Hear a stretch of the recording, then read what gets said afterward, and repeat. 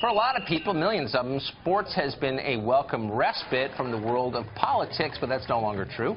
Last year, NFL quarterback Colin Kaepernick started kneeling during the national anthem, and he apparently launched a trend. This past weekend, Oakland Raiders running back Marshawn Lynch sat during the national anthem, as did Michael Bennett of the Seattle Seahawks. Now, ESPN's Max Kellerman, our old friend, complaining that white players won't join in the anthem protest. Watch this. There are lots of white players in the NFL, Stephen A. Lots of them. You mean to tell me not a single one, none of their consciences tell them that, you know what, I actually agree with this protest? None of them do? Okay, fine. Let's say none of them do. Well, then the issue has become larger now. Now it's also an issue of solidarity with your coworkers, right? So some of whom are feeling very bad about the way things are, with your fellow Americans who are feeling very bad. All Americans right now of goodwill are very upset about recent events. Jason Whitlock is a commentator for Fox Sports 1, and he joins us now. So, Jason, here's what I don't understand. I get why people are mad about certain politicians or certain circumstances. I think it's entirely legitimate. But why is the way to express that attacking the country itself? I don't understand it myself, Tucker. And listen, Max Kellerman is a good friend of mine, and I have a lot of respect for Max. But what I don't understand is Max is complaining, how come no one is supporting Colin Kaepernick? I want to know why NFL players aren't offering voices of dissent. There are NFL players, black and white, who know that if you really want to address police brutality, social injustice, inequality in this country, protesting the national anthem is the perfect way for your message to get completely lost. Exactly. If Colin Kaepernick or any of these players, if you're a starting NFL quarterback, you have a huge platform and the opportunity to go on any TV, radio show you want, any newspaper, magazine article you want, and you can legitimately voice your complaints.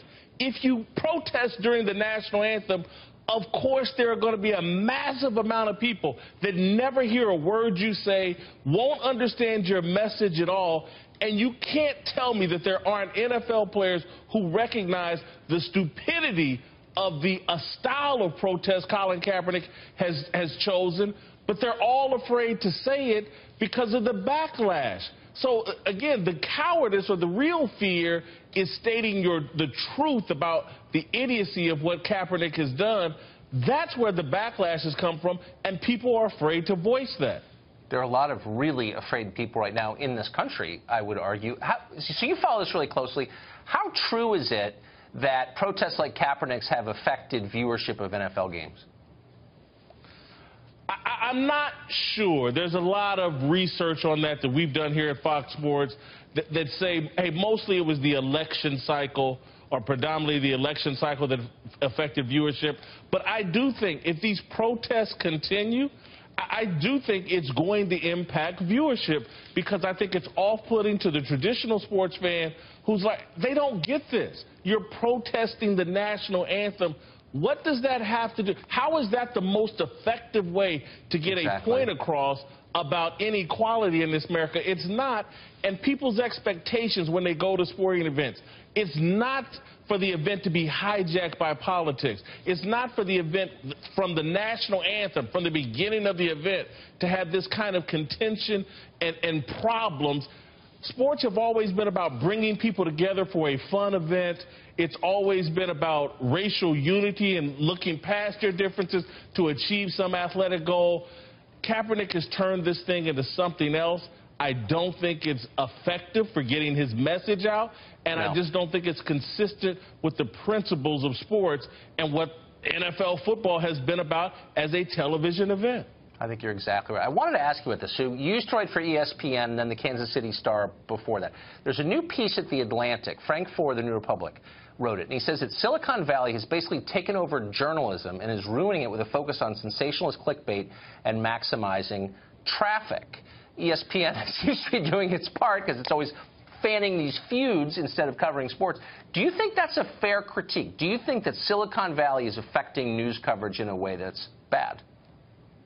No question, Tucker. You and I talked about this several months ago, and I was very thrilled to see The Atlantic write this piece because I want the left side of the media to talk about this. Look, the media used to be obsessed with New York and New York liberal values. I think everybody understood that.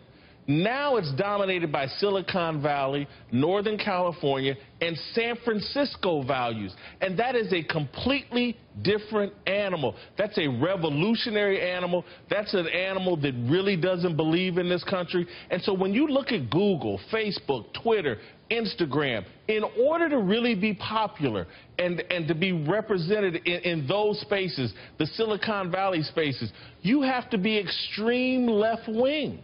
And they are trying to silence any of us that are moderate or to conservative, and those voices can't even be heard over these Silicon Valley social media machines that the rest of the media is addicted to. It's had an amazing influence on the media and the racial division that we're seeing in this country. And an undercovered one, and God bless you for bringing it up. I hope you'll come back. Jason Whitlock, one of the smartest. Appreciate it.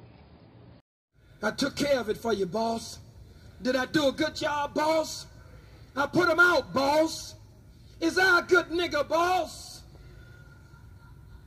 They say, well, nigga, we got something else for you to do. White man knows he can't trust you. If your own people can't trust you, the white man knows he can't trust you.